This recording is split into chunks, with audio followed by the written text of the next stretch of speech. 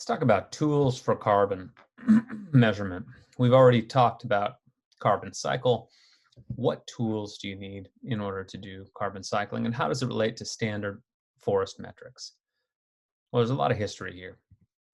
Some tools are simple, built on forestry traditions, just measuring the basic dimensions of things like trees and logs, and then using a set of equations to scale those up to the amount of carbon.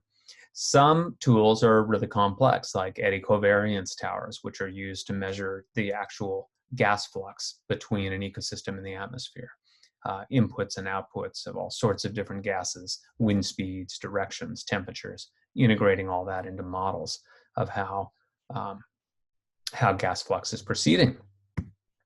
Complex tools require specialized personnel, specialized equipment. They're very expensive, but they can be operated by a relatively small number of people once they're in place. So here's an example of one of these towers. This one is in Central Oregon. These towers tend to have all sorts of microclimatic sensors up and down the tower, and also sampling locations for carbon dioxide up along the tower. Different views there. Another way to get at measuring carbon is to simply inventory carbon in a given system through time.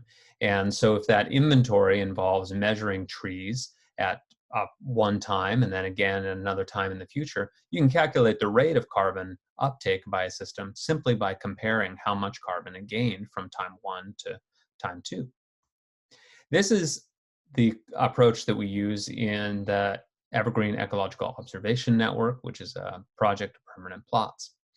We take empirical estimates from ground-based measurements. We use the permanent plot network, and then over time, as we resurvey these plots, we get an idea for how much carbon they accumulate. So it's simple. It uses traditional forestry tools, but you don't get the answers instantly, and you can't see how much carbon is coming into and out of a system on a short time scale.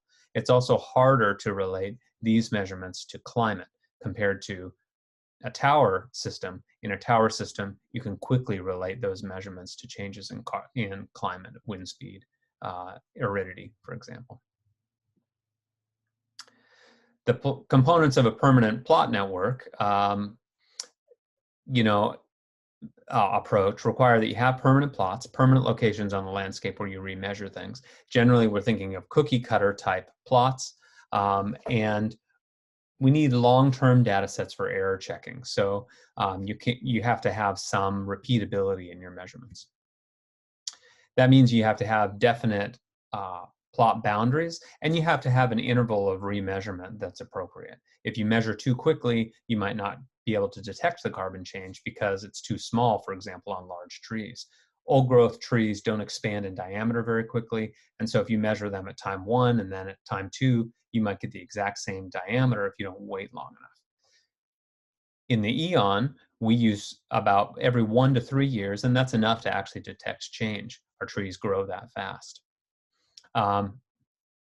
We archive our data. On this slide, it shows that we archive it at evergreenecology.org. We've actually just moved to just a Google Sheets that you can download now from our website.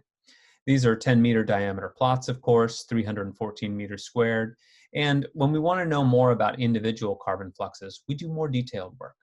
But the basics of the dominant form of carbon change in our plots are relatively simple, and they mostly rely on measuring trees. So a tree at time 1 might be small, and at time 2, it's big.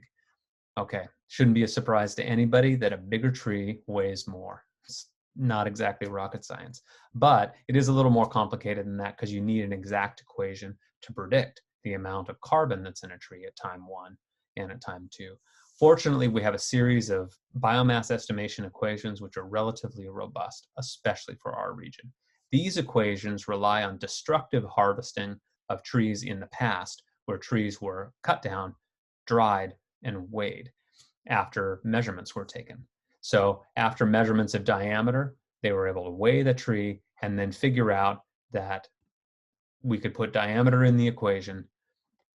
We could put height of the tree in the equation in some cases, and those in combination would give us an estimate of the amount that that tree weighed. So these are regression estimates of tree mass using just standard statistical regression techniques, simple linear regression.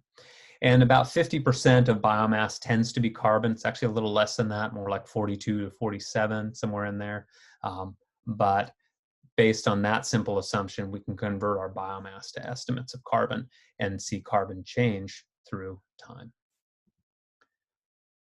So we've done that at Evergreen, and we've been able to estimate changes in carbon. For example, this is the Kuiper plots, the Kuiper network plots, of which there are 20, and the EON network, and you can see the amount of estimated carbon in those plots in 1977, 87, 97, and 2008. And then, of course, we could do it again for the current time. We've also been able to combine that with just a few other measurements and show that changes in trees, tree carbon, which are shown here in the black dots, just differ just a tiny amount from the total amount of productivity of the whole forest, which we can get when we add the change in tree biomass and shrub biomass to the changes in litter fall. And so if we take just the change in carbon from the trees and we add shrubs and litter fall, we get what we call ANPP, or above ground net primary productivity. One feature is left, and that is below ground carbon. We can estimate below ground carbon roughly as 25% of above ground mass. It's not a perfect estimate, but at some point we have to start making assumptions just to avoid digging up the entire planet with soil pits. So typically this is the approach that people have used up till now. In the future, we may have different technology that allows us to estimate below ground mass better. But for now, it seems like it's a relatively robust assumption, and so many people make it in the carbon science world. About 25% of above ground mass is below ground mass, or 20% of the whole